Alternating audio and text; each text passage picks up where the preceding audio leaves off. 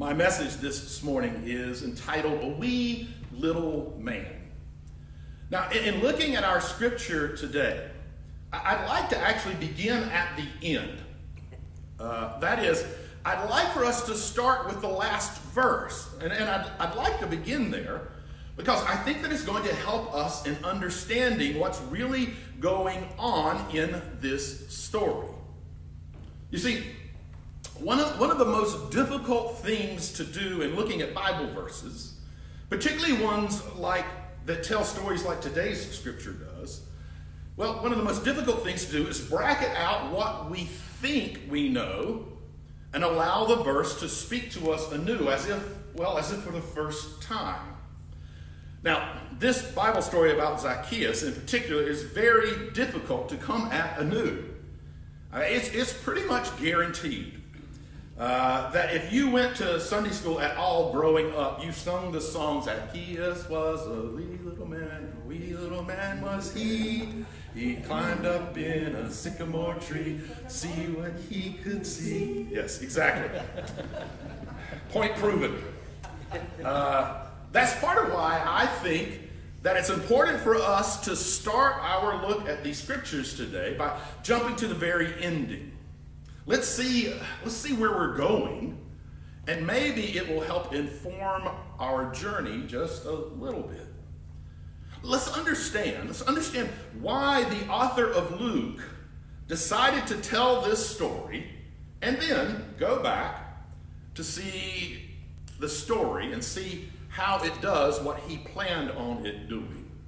And in that way, we might be able to just bracket out just a bit of what we think that we know about this verse and give it just a little bit of space to speak to us again anew. Our final verse, verse 10, says, "For the Son of Man came to seek out." This is a story about saving the lost. Now, we will need to sort out exactly who is lost and who the lost are and how they are lost, but that's sort of the anchor to our story. That's the thing that we should keep in mind. This is a story about saving the lost. Now, so with that established, let's also consider where it is that the author of Luke places. The very next thing that happens in Luke is Jesus' final entry into Jerusalem. So, this is it. This is the last official act of Jesus' ministry before the beginning of the ending of this story. Now, the last thing Jesus does is save the lost. It's sort of an exclamation point on the end of his ministry in Luke, which makes the story all the more important. And like I said, all of that makes it a bit imperative for us to sort out exactly what being lost is and who the lost are. Let's start with what being lost is. If we begin with the assumption, and I'd like to revisit that assumption again in just a bit, that Zacchaeus is the lost. What does that tell us about who the lost are? Well, the obvious place to start is with what he did for a living. It's not only the logical place to start, but based on his response to Jesus once they make it to his home, it's also very easy to think it is the only thing being considered here. You see, when they get to his place, he explains to Jesus that he'll be adopting a whole new financial plan for his life. He'll not only be giving 50% of everything he has to the poor, but he will also give back 4 times over. So, it would seem that his role as tax collector is important here. And just looking at the focus of the story alone tells us it must be a pretty big contributor to his lostness. And that makes some sense. Jesus has already taught in the book of Luke that the love of money is the root of all sorts of evil. Perhaps the most telling thing about this promise and pay back 4 times over what he cheated, perhaps the most telling part of this promise is not so much that he has a lot of money and that makes him lost, but rather perhaps the most telling thing about his lostness is the kind of person he had become to get that money that makes him lost. He seems to have been perfectly fine with cheating people if he could gain some money. He valued money more than people. For him, the love of money was indeed the root of all sorts of evil. Now, being that we are going to be talking about church finances today, and the fact that we truly will need each person to give to their fullest ability if we're going to have any chance of making a balanced budget next year, it shouldn't surprise you that I would be pretty happy if the idea of lostness stopped right there in this story. I'd be able to spend the rest of this sermon talking about how we hold on to it so tightly even as others are starving and homeless, about how, like Zacchaeus, we tend to value our money more than value following the teachings of Jesus. And I can talk about how we tend to follow from a distance, sitting in our high trees of security and safety. And all the while, Jesus calls us to come down from our trees and live life more fully by letting go of the things that society values and embracing the things that Jesus tried to teach us to value. I could do that, but I won't. You see, I believe that there is more to this message than just the financial message. I believe there is more to Zacchaeus' lostness than simply the way he values money more than he values people. I believe that Zacchaeus is lost in more than one way. You see, as I've already noted, this was Luke's exclamation point at the end of the ministry of Jesus just before he goes into Jerusalem for the very last time. Being the careful storyteller that he is, it would be highly unusual for Luke to make this the last story just to make it only about valuing money over people, when Jesus' ministry was about so much more than just that. And this is where I want to come back to our assumption of what being lost is and who is lost. I think the key to what else is going on here is found in verse 7.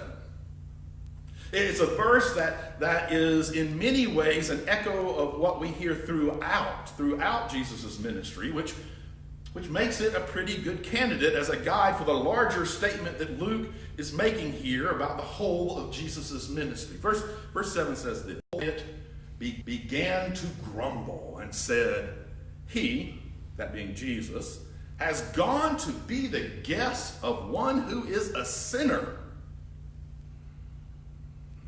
One of my all-time favorite Christian authors, Frederick Buechner, describes Zacchaeus and his story this way: "Zacchaeus stood barely 5 foot tall with his shoes off and was the least popular man in Jericho. He was head tax collector for Rome in the district and had made such a killing out of it. When word got around that Jesus would soon be passing through, he shimmied up a sycamore tree so that he could see something more than just the backs of other people's heads. And that's where he was when Jesus spotted him. 'Zacchaeus,' Jesus said, 'get down out of that tree there in a hurry. I'm spending tonight with you.' Whereupon all of Jericho snickered up their sleeves to think he didn't have any better sense than to invite himself to the house of a man that no one else would touch with a 10-foot pole. Zacchaeus was lost in more ways than one. Yes, he was lost in the way that he treated people because of his love of money. But he was also lost because of the way people treated him. He was a man that nobody else would touch with a 10-foot pole. He was despised. He was marginalized. He was a social outcast. In the eyes of the people in Jericho, it wasn't just his stature that made him a wee little man. He was lost. And so were all the people who marginalized and looked down on him. Jesus saw him in his lostness, alone in that tree.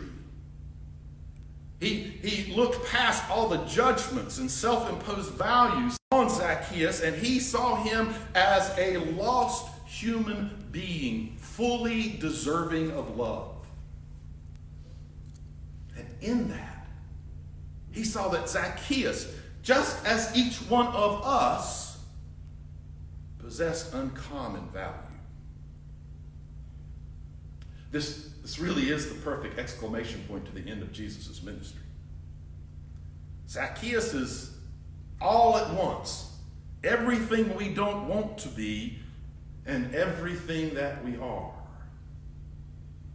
As Buechner points out, he is Aaron whooping it up with the golden calf the moment that his brother's back was turned. He's Jacob, conning everyone, including his own father. He's Nebuchadnezzar with his taste for roasting the opposition, and he's Paul holding the lynch mob's coats while they go to work on Stephen. He's Saul the paranoid and David the stud, and he's those mealy-mouthed friends of Job's. He's even the ones who betrayed the people who loved them best, such as Absalom and poor old Peter and even old Judas. In modern times, he's Pelosi and Trump. He's Rachel Maddow and Sean Hannity. He's the 20-somethings working a local dive bar, and he's the 30-something working to pass the bar. He's the guy living on the streets and the traders working on Wall Street. Zacchaeus is you. Zacchaeus is me. It's a lesson that even the narrator of a children's book, Chef Salad, with good things and bad things chopped up and mixed together in a vinaigrette of confusion and conflict. There's failure and potential in each one of us. Each one of us missed the mark when it comes to being all that we could be, and yet each one of us are not only worthy of the love of God, but each one of us are a unique expression of it. We are wicked and noble. We are a mixed vinaigrette of confusion and conflict. We are only human, and we are a reflection of the divine who, as the story goes, breathed his very life into us. We are the wee little man, the wee little woman, and we have a potential beyond all the stars in the universe. We are a dime a dozen and chock full of uncommon value. This is a story about value and stature, both physically and sociologically. About where individuals place it in money and in power, and about where Jesus taught us to place it in potential and in change and in inequality. We are each equally worthy of God's love. None of us, not one of us, are thought to be untouchable. While the people of Jericho may have seen Zacchaeus as a wee little man, as a man no one would touch, Jesus saw the uncommon value in him. The uncommon value in each one of us. Jesus called him down from his tree, and traveled with him to his home. And what some may call the salvation that came to Zacchaeus' home was not because of Zacchaeus' decision to restructure his financial life. The salvation that came to his home was the uncommon love that Jesus. When we follow the teachings of Jesus in this story, it calls us down from the perceived safety and security of our trees. It comes into our homes and our day-to-day lives. We're saved from the divisions and separateness the world constantly heaps on us. The divisions that we create with our politics and nations of origin, sex and class and race and sexual attraction, age, religion, and so many other things. And recognize the uncommon value that each one of us possesses. Our salvation comes as we realize that there is something that we can learn from each person that we meet. That there is a unique expression of God's love in each person just waiting to connect with us and grow us closer to God, creation, and to each other. And that may be the larger. We are not so much saved toward God as we are saved toward each other. I don't know.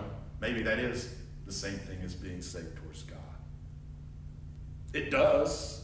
It does seem like it is ultimately how the lost are saved. We stop seeing them as lost. We see, just as Jesus said of Zacchaeus, that they too are sons and daughters of Abraham, filled with a unique expression of God's love, full of uncommon value.